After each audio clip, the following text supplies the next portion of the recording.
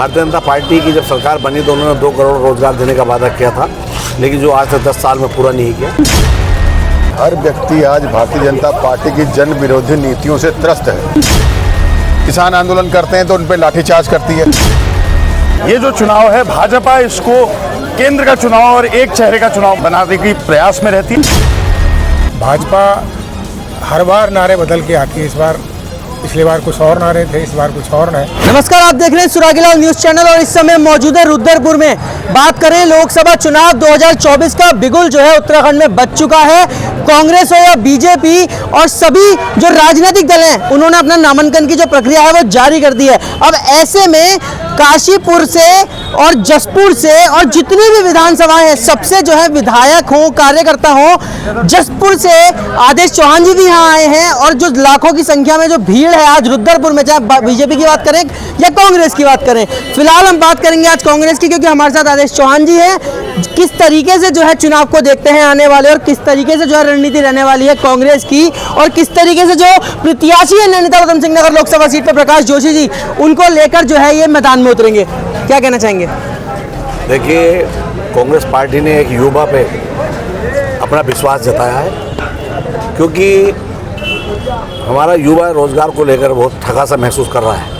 Bharatiya Janata party की जब सरकार बनी तो उन्होंने 2 करोड़ रोजगार देने का वादा किया था, लेकिन जो आज तक 10 साल में पूरा नहीं किया।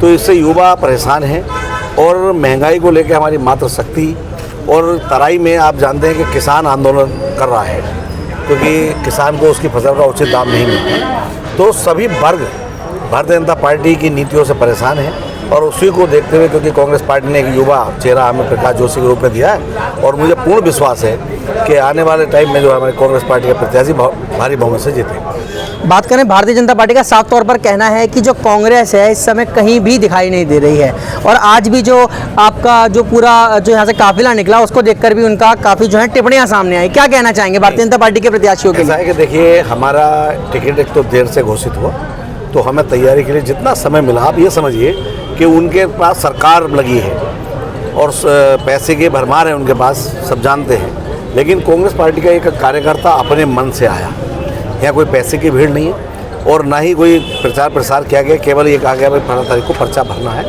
तो आप समझ सकते हैं कि लेट होने के बाद भी एकदम से ऐसी व्यवस्था हुई, तो ये इसका प्रमाण है। कहाँ देखते हैं भारतीय जनता पार्टी को आने वाले चुनाव में? नहीं, देखिए, युवा परिवर्तन चाहता है, तो मुझे लगता है कि करवट बदलेगा और कांग्रेस पार्टी की विजय होगी। कितने मतों से जो है विधानसभा जसपुर, क्योंकि कहते हैं कि विधानसभा जसपुर तो आदेश चौहान का गढ़ है, तो ऐसे में कितने मतों से जो है आप अपनी विधानसभा से कांग्रेस के प्रत्याशी को जिताएंगे? ये मानिए कि जसपुर विधानसभा से हम जीत के आएंगे, और शुरुआत वहीं से होगी, चिंता ना करें। देखिए, हर व्यक्ति आज भारतीय जनता पार्टी की जन विरोधी नीतियों से त्रस्त है। हम सबसे पहले बात करते हैं, हमारा तराई है, उधम सिंह नगर है, किसानों की। तो किसानों को 72 घंटे में पेमेंट का वादा करने वाली सरकार 3-3 महीने तक, 72 दिन तक पेमेंट नहीं करती, MSP लागू नहीं करती। किसान आंदोलन करते हैं तो उन पर लाठीचार्ज करती है। किसानों के बिजली के बिल पर माफ़ी नहीं, किसानों के लोन पर माफ़ी नहीं, किसानों की कर्ज माफ़ी नहीं, किसानों की ब्याज माफ़ी नहीं, और किसान के जो उपकरण हैं या खाद है, NP है, उसके आसमान रेट पहुंच गए, लेकिन किसानों के फसल के दाम वहाँ के वहाँ रहे। किसान तैयार है भारतीय जनता पार्टी के इस चुनाव में जवाब देने के लिए। हम बात करें युवाओं की, तो युवा त्रस्त है, पढ़ाई लिखाई कर बेरोजगारों की तरह घूम रहा है सड़कों पर। हम बात करते हैं कि पढ़े लिखे युवाओं को पंजीकरण कराइए और आप बेरोजगारी भत्ता दीजिए, बेरोजगारी भत्ते की बात नहीं। जो सरकारी नौकरियां निकल रही हैं तो उनमें भ्रष्टाचार खुलकर सामने आ रहा है, और जब युवा उसके खिलाफ प्रदर्शन कर रहे हैं कि CBI जांच हो, तो उन पर लाठी चलाई जा रही है, और अपराधियों को चंद दिनों के लिए जेल भेजकर फिर वापस वो बाहर आ गए। उत्तराखंड का युवा जहां दिन रात जो है अपनी जवानी का सपना देखता है कि वो देश सेवा करेगा, आर्मी में जाएगा और राष्ट्र की सेवा करेगा, तो अग्निवीर योजना लाकर उनका वो सपना भी पूर्ण नया काम किया। और यही जो है रक्षा राज्य मंत्री थे, इनके मुँह से एक शब्द तक नहीं निकला नहीं इसका, इसमें युवाओं के भविष्य के सवाल है। सेना को भी कमज़ोर किया, युवाओं को भी। महंगाई चरम पर है, एक आम महिला का घर का चूल्हा जला पाना मुश्किल हो गया। स्वास्थ्य सेवाएं बदहाल हैं।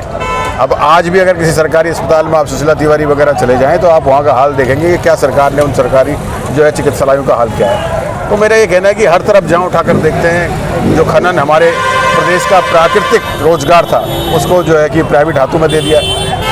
सरकार पीपीपी मोड पर जाने को तैयार हो गई, आधी सरकार तो चली गई है। आपने जो है कि खनन को पीपीपी मोड पे दे दिया है। आबकारी नीति आपकी ऐसी कि घर घर आप दारू सप्लाई करवा रहे हैं, तो जनता त्रस्त है और 2024 के चुनाव में जवाब देगी। देखिए 2014 और 2019 के जो परिणाम हल्द्वानी के थे और वो बेहद ही करीबी मामला रहा था। लोकसभा चुनाव की मैं बात कर रहा हूँ, और इस बारी भी हम बड़ी करीबी फाइट अपनी विधानसभा में मैं मान सकता हूँ काफ़ी करीबी फाइट रहेगी, नेक टू नेक वाला मामला रहेगा, क्योंकि लोकसभा चुनाव का स्वरूप विधानसभा चुनाव के स्वरूप से अलग होता है। यहाँ प्रांतीय मुद्दे ज़्यादा हावी रहते हैं, स्थानीय कैंडिडेट को ज़्यादा देखा जा रहा है, और जबकि ये जो चुनाव है भाजपा इसको केंद्र का चुनाव और एक चेहरे का चुनाव बनाने की प्रयास में रहती है, और जबकि कांग्रेस जो दिक्कतें विषय विधानसभा वार पूरे प्रदेश में पूरे दोनों मंडल जो कुमाऊं और गढ़वाल में है उन सारी चीज़ों का समीक्षा करके उन चीज़ों पे आगे जनता का दर्द बढ़ाती है। तो इसलिए अब जनता को यही समझना पड़ेगा कि केंद्र का जो एक चेहरा है वो यहाँ आके वो दिक्कतें दूर नहीं करने वाला है। व्यक्ति आपको ऐसा चाहिए तो सड़क से लेकर सदन तक आपकी लड़ाई लड़ सके, और वो ऐसा व्यक्ति प्रकाश जोशी है। सबसे बड़ी बात यह है, महकमा धन्यवाद देते हैं कि एक नौजवान युवा को नैनीताल उधम सिंह की टिकट दी है। मैं समझता हूँ कि कांग्रेस को कहने के लिए बहुत सारे मुद्दे हैं। जो चरम पर जो महंगाई चल रही है, महंगाई से परेशान है, त्रस्त है जनता, उस मुद्दे को लेकर हम चलेंगे। युवा बेरोजगार है, दर दर की ठोकरें खा रहा है, रोज उसका है। किसानों का मुद्दा, किसान परेशान है, और तमाम मुद्दे हैं, पलायन का है, खनन का है, भ्रष्टाचार का है, बहुत सारे ऐसे मुद्दे हैं जो भाजपा हर बार नारे बदल के आती है। इस बार, पिछले बार कुछ और नारे थे, इस बार कुछ और है। तो इस तरह निश्चित तौर पर कांग्रेस बढ़िया है। मैं समझता हूँ पूरे उधम सिंह नगर में, नैनीताल में बढ़िया है। सारे लोग, सारी जनता जो है देख रही है, भाजपा के कारनामों को देख रही। निश्चित तौर पर कांग्रेस जीतेगी, अच्छे वोटों से जीतेगी।